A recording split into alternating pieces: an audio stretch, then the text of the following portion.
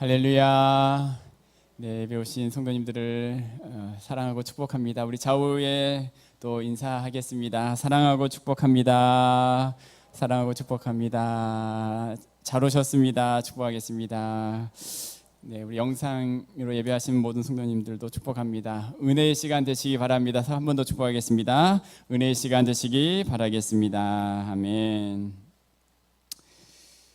네, 오늘 본문은 이제 느부갓네살 왕 시대에 다니엘의 세 친구들이 겪고 있는 어려움을 소개하고 있는데요. 지난 시간 우리가 2장을 통해서 느부갓네살 왕이 꿈을 꾸고 그 꿈을 해석해 달라라고 이제 명령을 했었죠. 해석하지 못하면 다 죽어야 하는 상황 가운데 다니엘은 그 꿈을 알고 또 하나님께 기도하면서 해석합니다. 큰 신상이 있었는데 머리, 가슴, 배, 종아리와 발이 각기 다른 재료로 만들어진 신상이었죠. 금, 은, 놋, 철, 진흙. 그러면서 다니엘은 이 신상이 무엇을 뜻하는지 이야기를 합니다. 금은 느부갓네살 왕이다라고 이야기를 한 이후에 왕 이후에 다른 나라들이 일어날 것이다. 그리고 여러 나라들이 계속해서 일어날 것을 이야기를 합니다. 그런데 한 다듬지 않는 돌이 그 신상을 쳐서 깨부수는, 그래서 이 땅의 제국은 영원하지 않을 것이다라는 것에 대해서 이제 다니엘이 2장에서 꿈에 대한 해석을 하고 있습니다. 자, 그럴 때 느부갓네살 왕이 2장 47절에 이렇게 이야기하죠. 왕이 대답하여 다니엘에게 이르되 너희 하나님은 참으로 모든 신들의 신이시요 모든 왕의 주제시로다. 하나님의 이름을 높여드리고 찬양하고 또 다니엘을 높은 곳에 세우고 사드락 메삭 아벳느고를 지방 관리로 그렇게 임명을 하는데요. 자, 그런데 오늘 본문에서 3장 1절에서 어떠합니까? 느부갓네살 왕이, 똑같은 왕이 신상을 금 신상으로 만들고 있습니다. 하나님을 높여드린 왕이 왜 이 신상을 만들었을까 생각을 하게 됩니다. 아마 이 왕은 바벨론 제국이 산산조각 날 수 있다라는 그 두려움 가운데서 이제 꿈에서 봤던 신상은 여러 다른 재료로 만들어졌지만 전체를 금으로 도금하여 바벨론 제국의 영속적인 번영을 추구하고자 했던 것 같습니다. 한 사람의 변화가 얼마나 쉽지 않은지를 깨닫게 됩니다. 하나님이 행하신 일에 대해서 감격했던, 감화와 감동을 받았던 이 왕이 다시 교만하고 광기에 찬 모습으로 3장에서 다시 나타나고 있습니다. 예수님은 씨 뿌리는 비유를 통해서 네 종류의 밭에 씨가 떨어지지만 열매를 맺는 밭은 좋은 밭 하나다라고 이야기하죠. 길가, 돌밭, 가시떨기는 처음에는 열매 맺는 것 같지만 열매를 맺지 못했던 그 모습처럼 느부갓네살 왕이 바뀌는 것 같았지만 또다시 옛날 모습으로 이제 3장 1절에서 돌아가고 있습니다. 자, 이 신상은 굉장히 어마어마한 신상이었어요.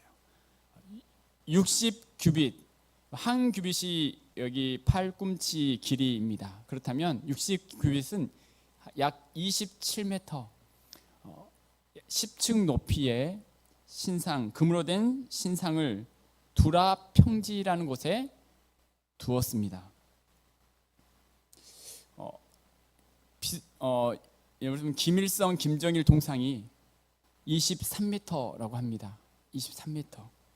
자, 그런데 그것보다 더 큰 신상이 평지에 세워지게 됩니다.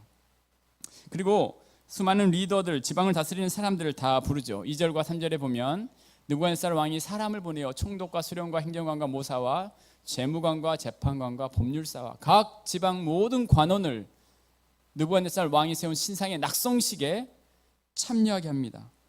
수많은 사람들이 참여했죠. 그리고 4절부터 7절에 보면, 자, 4절 보겠습니다. 선포하는 자가 크게 외쳐 이르되 백성들과 나라들과 각 언어로 말하는 자들아, 왕이 너희 무리에게 명하시나니 너희는 나팔과 피리와 수금과 상여음금과 양금과 생황과 및 모든 악기 소리를 들을 때에 엎드려 느부갓네살 왕이 세운 금신상에게 절하라. 누구든지 엎드려 절하지 아니하는 자는 즉시 맹렬히 타는 풀무불에 던져 넣으리라 하였더라. 네. 모든 백성과 나라들과 각 언어를 말하는 자들이 나팔과 피리와 수금과 사명금과 양금과 및 모든 악기 소리를 듣자 곧 느부갓네살 왕이 세운 금신상에게 엎드려 절하니라. 여기서 이제 다양한 악기들이 지금 계속해서 반복되고 있는데 오늘 4번이나 똑같은 그 긴 그 악기의 이름들을 다 나열을 하고 있어요. 그렇게 쓰는 이유가 무엇이냐면 여기서 피리는 보통 사람들이 쓰는 악기였고 수금은 귀족들이 쓸 수 있는 악기였어요.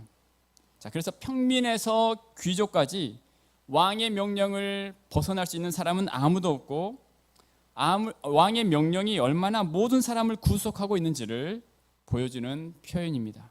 자, 지금 이제 다니엘의 세 친구들이 이런 상황 가운데 있었다라는 거죠.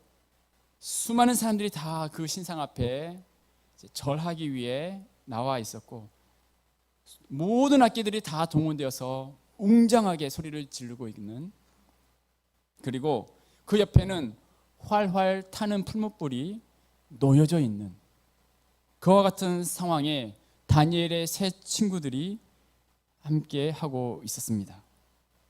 자, 오늘 본문을 통해서 우리에게 하나님은 무엇을 말씀하고 계실까요? 첫 번째 여러분과 생각할 것은 우리는 전쟁 놀이가 아닌 생사가 걸린 싸움을 하고 있습니다. 자, 같이 한번 읽어보겠습니다. 시작. 우리는 전쟁 놀이가 아닌 생사가 걸린 싸움을 하고 있습니다.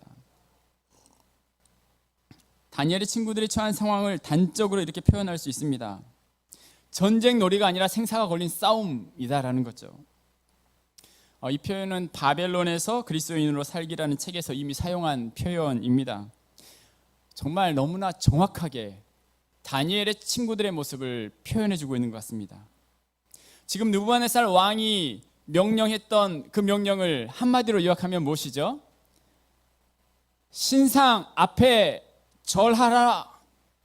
절하지 않으면 풀무불에 즉시 던져 넣으리라. 5절과 6절, 11절, 12절, 14, 15절에서 반복하고 있어요. 자, 너희는 나팔과 피리, 수금과 사명금과 양금과 생황과 및 모든 악기 소리를 들을 때에 엎드려 느부갓네살 왕이 세운 금 신상에게 절하라. 누구든지 엎드려 절하지 아니하는 자는 즉시 맹렬히 타는 풀무불에 던져 넣으리라 하였더라. 11, 12절에도 뭐라고 이야기합니까? 누구든지 엎드려 절하지 아니하는 자는 맹렬히 타는 풀무불 가운데 던져 넣음을 당하려 하지 아니하셨나이까. 이제 몇 유다 사람 사드락과 메삭과 아벳느고는 왕이 세워 바벨론 지방을 다스리게 하신 자이거늘 왕이여, 이 사람들이 왕을 높이지 아니하며 왕의 신들을 섬기지 아니하며 왕이 세우신 금신상에게 절하지 아니하나이다. 14절 15절 느부갓네살이 그들에게 물어 이르되 사드락 메삭 아벳느고야, 너희가 내 신을 섬기지 아니하며 내가 세운 금신상에게 절하지 아니한다 하니 사실이냐. 15절 이제라도 너희가 준비하였다가 나팔과 피리와 수금과 사명금과 양금과 생황과 및 모든 악기 소리를 들을 때 내가 만든 신상 앞에 엎드려 절하면 좋거니와 너희가 만일 절하지 아니하면 즉시 너희를 맹렬히 타는 풀무불 가운데 던져 넣을 것이니 능히 너희를 내 손에서 건져낼 신이 누구이겠느냐 하니. 자, 계속해서 반복하고 있는 말이 무슨 말이냐면 신상에게 절하지 않으면 풀무불에 던져 넣을 것이다. 5절과 6절은 선포하는 자가 많은 사람들에게 일반적으로 이 이야기를 하고 있고요. 11절과 12절은 참수하는 사람이 왕에게 와서 참수하고 있는 말이었습니다. 14절과 15절은 느부갓네살 왕이 직접 이들에게 이런 이야기를 하고 있죠. 절하지 않냐면 풀무불에 던져 넣을 것이다. 여러분, 똑같은 메시지였지만 점점 더 권위가 있는 사람들이 말을 하고 있고 점점점 다니엘의 세 친구들에게 직접적으로 지금 이 메시지가 다가오고 있었습니다. 상황이 점점 조여오는 온 세상에서 사람들이 다 이들에게 이 말을 하고 있는 상황이었습니다. 다니엘과 친구들의 모습을 1장부터 우리가 보면 여러분 1장에서 그들은 어떻습니까? 처음에는 먹는 문제 앞에 뜻을 정하여 먹지 않죠. 채소만 먹었지만 오히려 이들의 얼굴은 더 윤택해집니다. 2장에서는 꿈 문제였어요. 꿈을 해석하지 않으면 죽일 것이다. 그런데 그때는 다니엘의 친구들뿐만 아니라 온 그 술사들, 다 바벨론의 사람들까지도 다 죽을 수 있는 상황이었어요. 자, 그런데 지금까지 어려움도 큰 어려움이었지만 오늘 3장에서는 신앙을 지키겠느냐 지키지 않겠느냐라는 질문이었고, 절하지 않으면 풀무불에 던져 넣을 것이다라는 말을 하고 있어요. 여러분, 바벨론에서의 삶은 보편적으로 힘겨운 삶입니다. 크리스찬이 세상 가운데 살아가는 것이 힘겨움의 시간을 보낼 수 있지만, 이 장에서는 다른 술객들도 죽음의 위기 앞에 놓여 있었어요. 여러분, 가시와 엉겅퀴를 내는 이 세상 속에서 모든 사람들이 겪을 수 있는 보편적 어려움이었습니다. 악한 통치자 아래에서 모두가 겪을 수 있는 이 장에서의 상황, 모두가 겪을 수 있는 어려움의 상황이었죠. 자, 그런데 이제 3장은 특수한 상황입니다. 특수한 상황. 하나님을 섬기지 않는 사람은 겪지 않아도 되는 상황이었어요. 그들은 아무런 고민을 하지 않아도 되었습니다. 이들에게 이런 상황이 전혀 위협이 되지 않았습니다. 이방 신상에게 절하는 거 고민할 이유가 없었죠. 유일하신 하나님을 섬기지 않기 때문에 이들에게는 갈등할 이유가 없었습니다. 이런 위험한 일을 선택할 이유도 없었죠. 자, 그런데 믿음을 가진 사람들에게는 이 시간이 너무나 특별한 어려움의 시간이 된 거죠. 바벨론으로 끌려온 하나님의 사람들은 생사를 놓고서 결정해야 하는 상황이 된 것이죠. 이 신상은 결국 바벨론 신의 신상이었고, 왕이 섬기는 신이었는데 그 신상에게 경배할 수 없었던 것입니다. 여러분, 다니엘과 친구들이 이 바벨론에서의 모습은 세상의 부르심을 받은 크리스찬의 모습을 그대로 보여주고 있어요. 세상 살아갈 때 세상 사람들은 고민하지 않아도 될 것을 믿는 사람들은 고민해야 하는 것이 있다는 거예요. 세상 사람들에게는 아무런 문제가 되지 않는 것이 믿는 우리에게는 목숨보다 중요한 가치로 남아있는 것이 있다는 거죠. 다른 것은 다 허용한다 할지라도 할 수 없다고 여겨지는 그와 같은 것이 있습니다. 여러분, 다니엘의 친구들은 바벨론에서 이름도 바꾸고 바벨론 학문도 공부를 했고 똑같이 그곳에서 순응하면서 살아가야 했었지만, 심각하게 고민하면서 바벨론 체제를 거부해야 하는 그와 같은 때를 이제 이들이 만난 거죠. 그것이 바로 오늘 본문의 3장의 상황이었습니다. 저는 오늘 본문을 보면서 이런 질문을 해보게 됩니다. 자, 그런데 오늘 믿는 우리들의 모습은 어떠한가? 세상 사람들이 고민하지 않는 그 무언가를 우리는 고민해야 하는 사람들이지만, 우리의 고민이 세상 사람들과 똑같은 고민을 하고 있지는 않는가? 뭘 먹고 뭘 입고 또 어떻게 자녀를 가르치고 어떻게 살아가야 할 것인가에 대한 세상적인 고민으로만 우리 안에 가득하고 있지는 않은가? 세상 사람들에게는 아무런 문제가 되지 않지만 하나님을 섬기는 나에게는 쉽게 결정할 수 없고 결코 물러설 수 없는, 포기할 수 없는 그 가치, 그것들이 나에게 있는가? 여러분, 그런 관점에서 크리스찬의 부르심은 전쟁 연습이 아니라 생사가 달린 싸움이다라고 이야기하는 것입니다.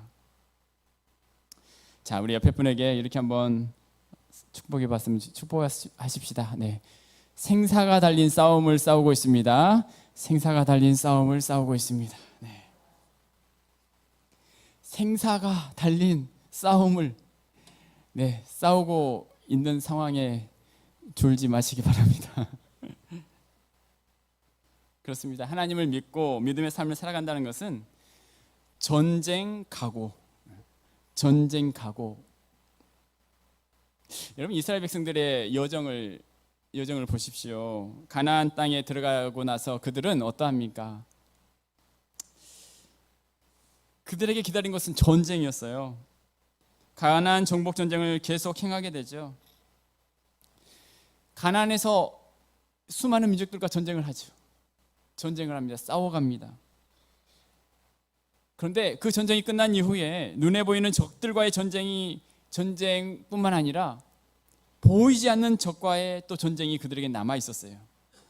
죄와 악과 보이지 않는 자신들의 내면의 것과의 싸움이 이들에게 계속 진행되어야 했습니다. 보이는 전쟁은 이들은 잘 했습니다. 이방 민족과의 전쟁을 이겨나갔습니다. 그런데 이스라엘 백성들이 결정적으로 망하게 된 이유가 무엇이었는가? 죄의 문제죠. 죄, 파고드는 죄. 그로 인한 무감각해진 마음과 결국은 우상을 섬기게 되고 하나님이 기뻐하시는 않는 일을 함으로 인해서 결국 나라가 망하고 바벨론 포로로 끌려가게 되죠. 선지자들은 계속해서 이 문제를 지적하지 않습니까? 예레미야 8장 19절 보면 딸 내 백성의 심히 먼 땅에서 부르짖는 소리로다. 여호와께서 시온에 계시지 아니한가? 그의 왕이 그 가운데 계시지 아니한가? 그들이 어찌하여 그 조각한 신상과 이방의 헛된 것들로 나를 경노하게 하였는가 하시니. 자, 나라가 망하고 아픔의 시간을 겪었던 것이 외적인 전쟁에서 졌기 때문이 아니라 내면의 전쟁, 보이지 않는 전쟁에서 하나님 말씀대로 행하지 않았기 때문이었다라는 거예요. 자, 어떻게 보면 지금 다니엘의 친구들이 바벨론 왕 느부갓네살과 전쟁하는 것처럼 보이지만 사실 이것은 영적인 전쟁이었어요. 이와 같은 상황에 어떻게 반응하는지 하나님은 지켜보고 계셨던 것입니다. 새 친구들은 영적인 싸움에서 뒤로 물러나서는 안 된다는 것을 너무나 분명히 알고 있었기 때문에 그것을 거절할 수 있었던 거죠. 그렇습니다. 여러분, 우리의 삶은 이 땅 가운데 전쟁으로 부르셨다라고 이야기하고 있는 거예요. 하나님의 백성이 된다라는 것은 여러분 무엇을 의미할까요? 여러분이 이 자리에 나와서 예배를 드린다라는 것은 어떤 의미가 있을까요? 그 전까지는, 하나님을 믿기 전까지는 아무런 문제가 아니었지만, 하나님을 믿기 전까지는 아무런 문제가 안 된 이 사실이 이제는 생명과도 바꿀 수 없는 가치가 되고 그것을 포기할 수 없다고 느낄 수 있는 태도를 갖는 것, 그것이 바로 예수님을 믿는 자로의 부르심이라는 거예요. 여러분, 크리스찬이 되면서 남들이 하지 않는 고민을 우리는 해야 하는 것입니다. 이 고민과 갈등을 겪고 살아갈 수밖에 없는 삶이 우리의 삶이죠. 사도 바울은 우리는 그리스도의 군사다. 또 이 땅의 삶을 마친 후에 의의 면류관이 우리 가운데 예비되어 있다라고 우리에게 말하고 있습니다. 전쟁터와 같은 이 세상 속에서 믿음의 길을 걸어갈 수 있는 우리 모두가 되시기를 주님의 이름으로 축복합니다. 자, 그렇다면 믿음으로 반응한 다니엘의 새 친구들의 모습을 우리가 함께 생각하기를 원하는데요. 마이크 소리를 조금만 높여주시면 좋겠습니다. 자, 두 번째 여러분과 생각할 것은 풀무불 앞에서도 믿음의 반응을 보여야 한다. 풀무불 앞에서도 믿음의 반응을 보이라. 자, 전쟁터와 같은 바벨론, 그 시간을 다니엘의 친구들이 지나가는데요.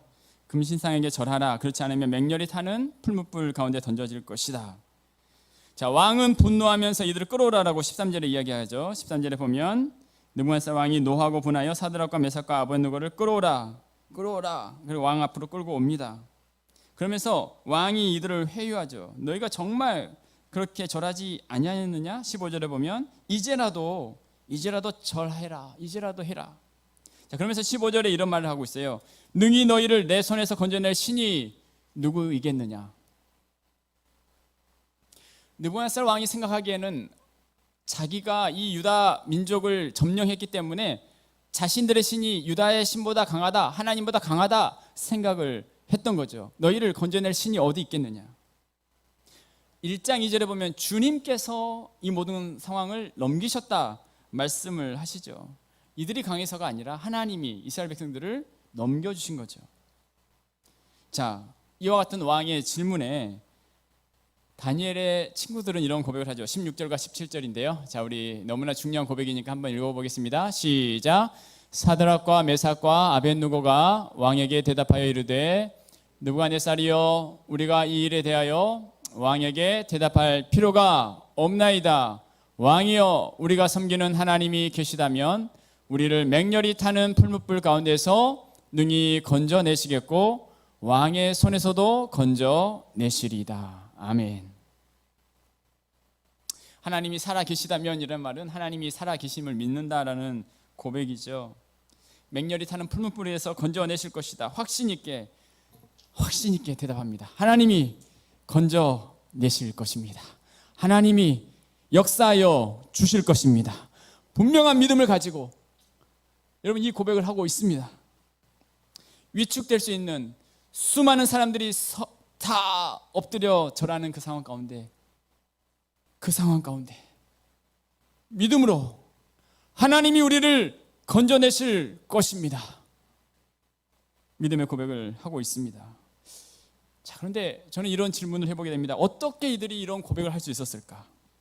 어떻게 이런 고백을 할 수 있었을까? 여러분 신명기 4장을 보면서 모세가 이스라엘 백성들을, 신명기 말씀은 모세가 이제 가나안 땅에 들어가는 이스라엘 백성들에게 앞으로 너희가 어떠한 삶을 살아야 한다, 미리 그 땅에 들어가는 사람들 향해서 말씀한 게 신명기 말씀이죠. 자, 하나님 말씀대로 행하라는 권면을 하면서 흥미로운 표현을 하고 있는데요. 신명기 4장 16절에서 20절 말씀을 한번 보겠습니다. 그리하여 스스로 부패하여 자기를 위해 어떤 형상대로든지 우상을 새겨 만들지 말라. 남자의 형상이든지 여자의 형상이든지 땅 위에 있는 어떤 짐승의 형상이든지 하늘을 나는 날개 가진 어떤 새 형상이든지 땅 위에 기는 어떤 곤충의 형상이든지 땅 아래 물속에 있는 어떤 오족의 형상이든지 만들지 말라. 또 그리하여 내가 하늘을 향하여 눈을 들어 해와 달과 별들, 하늘 위의 모든 천체 곧 너희의 하나님 여호와께서 천하 만민을 위하여 배정하신 것을 보고 미혹하여 그것에 경배하며 섬기지 말라. 지금 섬기지 말라. 너희가 들어가면 그렇게 섬기지 말라라고 이야기했죠. 자, 그런데 20절에서 너무나 흥미로운 모세가 흥미로운 이렇게 말씀을 하고 있는데요. 여호와께서 너희를 택하시고 너희를 새 풀무불 곧 애굽에서 인도하여 내사 자기 기업의 백성을 삼으신 것이 오늘과 같아도. 자, 지금 애굽에서 인도한 출애굽 사건을 풀무불에서 인도하여 냈다라고 지금 이야기하고 있어요. 풀무불에서 인도하여 냈다. 여러분 이미 풀무불에서 하나님께서 건져 주셨다라는 거예요. 애굽에서 이스라엘 백성을 인도하신 그 사건이 풀무불과 같은 사건이다라고 신명기에서 말씀하고 있습니다. 여러분 지금 이 다니엘의 친구들의 이 고백은 막연하게 자신들의 어떤 마음에서 나온 게 아니라 하나님께서 지금 자신들의 조상들을 쇠 풀무불 그 애굽에서 인도하신 것처럼 우리도 하나님께서 동일하게 하나님께서 우리서 이 풀무불에서 우리도 건질 주실 것이다라는 그와 같은 확신을 가지고 고백하는 거죠. 여러분 이 모세의 고백을 계속해서 한번 보도록 하겠습니다. 신명기 4장 25절과 26절에 보면 내가 그 땅에서, 자 가나안 땅이죠, 그 땅에서 아들을 낳고 손자를 얻으며 오래 살 때에 만일 스스로 부패하여 무슨 형상의 우상이든지 조각하여 내 하나님 여호와 앞에 악을 행함으로 그의 노를 일으키면 내가 오늘 천지를 불러 증거를 삼노니 너희가 요단을 건너가서 얻은 땅에서 속히 망할 것이라. 너희가 거기서 너희의 날이 길지 못하고 전멸될 것이니라. 자, 이 모세의 예언의 말씀처럼 이스라엘이 되었습니까? 안 되었습니까? 되었죠. 지금 망했어요. 그리고 바벨론 포로로 끌려갔어요. 그러면서 모세는 그 다음 말씀을 이야기하죠. 신명기 4장 27절과 28절에 여호와께서 너희를 여러 민족 중에 흩으실 것이요, 지금 흩어졌습니다. 여호와께서 너희를 쫓아 보내실 그 여러 민족 중에 너희의 남은 수가 많지 못할 것이며 너희는 거기가 어디죠? 바벨론 땅, 흩어진 땅, 거기서 사람의 손으로 만든 바 보지도 못하며 듣지도 못하며 먹지도 못하며 냄새도 맡지 못하는 목석의 신들을 섬기리라. 흩어져서 이방 땅에서 너희가 그 신들을 섬기게 될 것이다. 지금 다니엘의 친구들이 처해 있는 28절에 처해 있는 이 상황이 28절에 지금 그 상황이라는 거죠. 애굽의 그 풀무불에서 이들을 건지셨지만 이스라엘 백성들이 우상을 섬기고 하나님 말씀대로 행하지 않음으로 인해서 이방 땅에서 거기서 듣지도 보지도 먹지도 못하는 목석의 신들을 섬겨야 하는 지금 느부갓네살 왕 앞에 그 신상 앞에 서 있는 다니엘의 친구들의 모습인 것입니다. 여러분, 풀무불 앞에서 다니엘의 친구들은 이 말씀이 머리에 스쳐갔을 것입니다. 아, 우리가 범죄함으로 인해서 이방 땅에 지금 목석의 신을 섬겨야 하는 그런 상황이구나. 자, 하지만 29절 말씀에서 모세는 이렇게 이야기하고 있어요. 같이 한번 읽어보겠습니다. 시작. 그러나 내가 거기서 내 하나님 여호와를 찾게 되리니 만일 마음을 다하고 뜻을 다하여 그를 찾으면 만나리라. 자, 이 말씀처럼 우상 앞에 지금 처해 있는 이 다니엘의 친구들이 이 약속의 말씀처럼 비록 이런 상황일지라도 우리가 할 일은 마음을 다하고 뜻을 다하여 하나님을 찾는 것이다. 그러면 하나님이 만나 주실 것이다. 지금 이 다니엘의 친구의 이 하나님께서 풀무불에서 건져주시겠다라는 이 고백이 어떻게 지금 나오고 있는지 여러분 이 흐름을 보시면서 느껴지십니까? 그냥 하나님이 나 살려주실 거야 라는 게 아니라 신명기 말씀에서 모세가 풀무불 애굽에서 건져주셨고 그 이후에 우상을 섬기면서 흩어지게 될 것이지만 거기서 목석을 섬기게 될 것이지만 거기서도 하나님을 찾게 되면 만날 것이다 라고 약속해 주신 이 29절의 말씀을 이들은 믿고 붙들고 이 말씀 앞에서 이 고백을 드릴 수 있었던 거죠. 이들의 고백은 하나님이 과거에 행하신 일, 그 일을 보고 약속의 말씀을 붙들고 고백했던 고백입니다. 자신의 확신에 근거한 것이 아닌 하나님의 말씀을 의지하고 고백했던 믿음의 고백이었어요. 이 약속의 말씀과 같이 가장 어려운 상황 속에 하나님이 이들을 만나주고 계시죠. 만나주고 계십니다. 여러분, 이사야 43장에서도 이 약속의 말씀이 있죠. 43장 2절 말씀 같이 한번 읽어보겠습니다. 자, 시작. 내가 물 가운데로 지날 때에 내가 너와 함께 할 것이라. 강을 건널 때에 물이 너를 침몰하지 못할 것이며 내가 불 가운데로 지날 때에 타지도 아니할 것이요 불꽃이 너를 사리지도 못하리니. 불 가운데 지날 때 타지 않을 것이다. 이와 같은 하나님이 주신 약속에 대한 확신을 가지고 지금 이 고백을 한 거예요. 사랑하는 여러분, 이 바벨론과 같은 세상 속에서 여러분 우리가 붙들어야 할 것이 무엇일까요? 하나님의 이 약속의 말씀을 붙들어야 한다는 거예요. 나의 어떤 확신이 아니라 하나님의 이 약속의 말씀을 다시 우리는 붙들어야 됩니다. 여러분, 어떤 어려운 시간을 여러분 지나가고 계십니까? 오늘 또 우리에게 약속하신 이 하나님의 약속의 말씀을 붙들 수 있기를 주님의 이름으로 축복합니다. 하나님 우리를 건져 주실 것입니다. 하나님의 약속처럼 건져 주실 것입니다라는 이 고백이 우리의 고백이 되어야 할 줄로 믿습니다. 그렇습니다. 여러분, 이 코로나의 어려운 시간들 얼마나 영적으로 지금 안 그래도 힘든데 이 코로나로 인해서 더 힘듭니까? 여러분, 우리를 무너뜨리고자 하는 그 세상의 싸움, 안 그래도 여러분 세상 가운데 얼마나 그 치열한가요? 그런데 지금 이와 같은 환난과 시련이 우리 가운데 찾아왔을 때 우리가 어떻게 살아갈 수 있겠습니까? 금신상 앞에 놓여 있는 그 웅장한 시스템 속에 그 풀무불이 옆에서 활활 타오르고 있는 것 같은 상황 속에 나도 모르게 우리가 말씀을 붙들지 않으면 휩쓸려 가고 넘어질 수밖에 없는 상황 가운데 우리는 이 약속의 말씀을 다시 붙잡아야 한다는 거예요. 여러분, 우리가 10주간 하나님과의 동행, 이 여름 하나님과 동행합시다 10주간 하면서 지금 이제 일주를 보내고 있습니다. 날마다 하나님 말씀을 듣고, 새벽 예배 나오실 수 있는 분은 뭐 새벽 예배에 나오셔서 하면 제일 좋겠죠. 못 나오신 분들은 이 카톡으로 그 채널, 또 이제 이번 주 지난주부터는 홈페이지 새벽 말씀도 올라가고 있습니다. 말씀을 듣고 30분간은 기도하고 또 성경을 읽고 마무리 정리할 때는 감사 제목을 고백하는,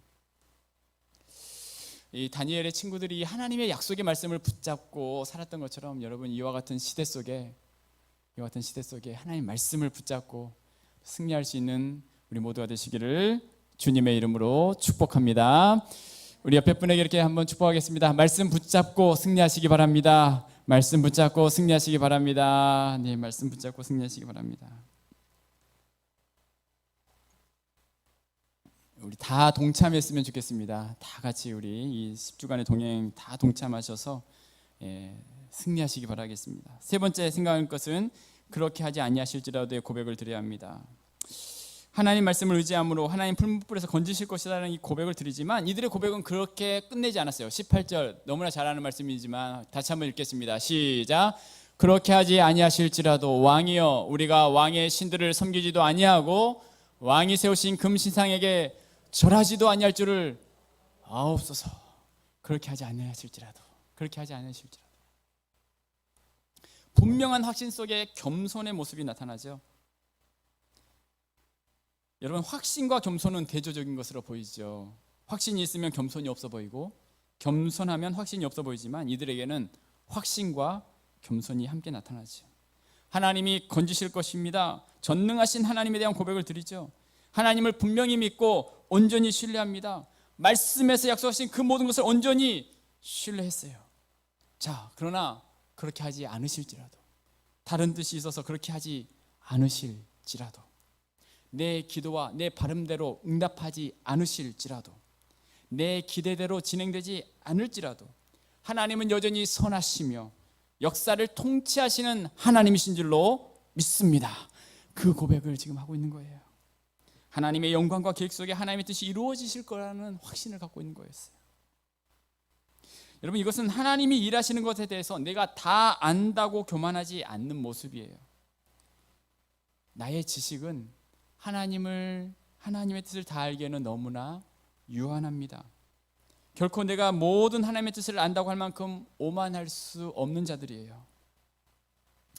여러분, 이들이 신뢰한 것은 하나님이었지 하나님이 행하실 일들에 대한 자신의 제한된 이해나 바램이나 기대가 아니었다는 거예요. 내 삶 속에 무슨 일이 벌어질지 주님이 더 잘 알고 계시기 때문에 하나님의 뜻이 내 생각과 맞든 그렇지 않든 한결같이 그분을 따르겠습니다라는 고백이었던 것이죠. 요즘에 우리가 새벽에 사무엘하 말씀을 큐티를 하면서 말씀을 함께 나누고 있습니다. 다윗이 성전을 지으려고 했을 때 하나님은 다윗에게 허락지 않으셨죠. 그 본문을 보면서 이런 질문을 이렇게 해보게 되었어요. 나는 이것을 원하는데 하나님이 저것을 원하신다면 누구의 뜻이 이루어져야 할까요? 하나님의 뜻이 이루어져야죠. 나의 뜻과 하나님의 뜻 중에 누구의 뜻이 이루어지게 되어 있을까요? 이것도 하나님의 뜻입니다. 나의 뜻과 하나님의 뜻 중에 누구의 뜻이 이루어져야 나에게 더 좋을까요? 이것도 하나님의 뜻이 이루어져야 나에게 더 좋습니다. 이것을 분명히 여러분 우리가 믿어야 돼요. 하나님은 늘 우리에게 가장 좋은 것을 예비하고 계신 하나님을 우리 가운데 믿어야 합니다. 그것이 내 생각과 다를지라도 하나님은 우리가 생각지 못한 더 크고 놀라운 그림을 가지고 계시면서 하나님의 일을 이루어가고 계시기 때문이죠. 그렇습니다. 다니엘의 세 친구들은 하나님이 풀무불에서 구하시든 그렇지 아니하시든 무엇이든 어떻게 하시든 하나님이 영광을 받으실 것임을 믿고 있었어요. 하나님은 죽음에서 구원해 주실 수도 있고 죽음을 통해 구원해 주실 수도 있다라는 것을 알고 있었어요. 죽음에서 구원하실 수도 있고 죽음을 통해 구원하실 수도 있다는 거예요. 그래서 똑같은 성경 말씀이지만 히브리서 11장에는 수많은 순교자들이 기록되어 있죠. 풀무불에서 다 건진받은 게 아니라 죽음을 통해 믿음의 길을 걸어갔던 사람들의 모습을 소개합니다. 지금 다니엘의 이 친구들의 고백은 예수님이 겟세마네 동산의 기도와 일맥상통합니다. 예수님이 이렇게 기도하시죠. 내 아버지여, 만일 할만하시거든 이 잔을 내게서 지나가게 하옵소서. 가로 그리 아니하실지라도 그러나 나의 원대로 마옵시고 아버지의 원대로 하옵소서. 이 기도를 들으신 예수님으로 인해 영원한 저주의 풀무불에 살아가야 할 우리가 건짐을 받고 하나님 나라의 천국 백성으로 우리가 삼게 된 줄로 믿습니다. 사실 그렇습니다. 우리는 이미 사망과 심판의 불에서 이미 우리는 건짐을 받은 자들입니다. 1919년 4월 18일 경기도 화성군 바람면의 제암리교회 성도들은 일제 만행으로 인해 예배당에 갇힌 채 불에 타 죽었습니다. 목격자이자 생존자였던 전 동네 할머니의 증언에 따르면 그들은 불 속에서 어깨동무를 하고 하늘 가는 밝은 길이를 찬송하며 감사 기도를 드렸다고 합니다. 하지만 하나님은 그들을 불 속에서 건져주지 않으셨어요. 우리나라에 복음이 들어온 지 몇십 년 되지 않았던 이때 놀라운 순교의 신앙이 그들에게 있었던 것입니다. 기독교 역사는 환난과 핍박을 통해서 세워지게 된 것이죠. 사랑하는 여러분, 우리를 넘어뜨리고자 하는 세상, 타협하라고 위협하는 전쟁과 같은 세상 속에 우리는 살아가고 있습니다. 우리는 어떤 길을 걸어가야 할까요? 다니엘의 세 친구들과 같이 하나님의 약속의 말씀을 붙잡고 분명한 그 약속을 붙들고 믿음의 고백을 드리며 하나님의 주권을 또 온전히 선포하면서 주님 안에서 아름다운 믿음의 길을 걸어가는 우리 모든 성도님들 되시기를 주님의 이름으로 축원합니다. 옆에 분에게 이렇게 축복하겠습니다. 믿음으로 승리하시기 바랍니다. 믿음으로 승리하시기 바랍니다. 아멘. 기도하겠습니다. 살아계신 하나님 아버지, 참으로 감사합니다. 바벨론과 같은 세상 속에서 정말 우리가 금신상과 같은 존재 앞에 위축될 때가 많지만 지금까지도 지켜주시고 함께하신 하나님 아버지 감사합니다. 하나님 아버지, 믿음으로 우리가 오늘 또 선포하기를 원합니다. 하나님께서 건져주실 줄 믿습니다. 약속의 말씀을 붙잡고 고백하는 우리 모두가 될 수 있도록 주의 성령으로 함께하여 주옵소서. 그 주님을 온전히 신뢰하며 살아가는 우리 모두가 되게 하여 주옵소서. 감사드리오며 예수님의 이름으로 기도드리옵나이다. 아멘.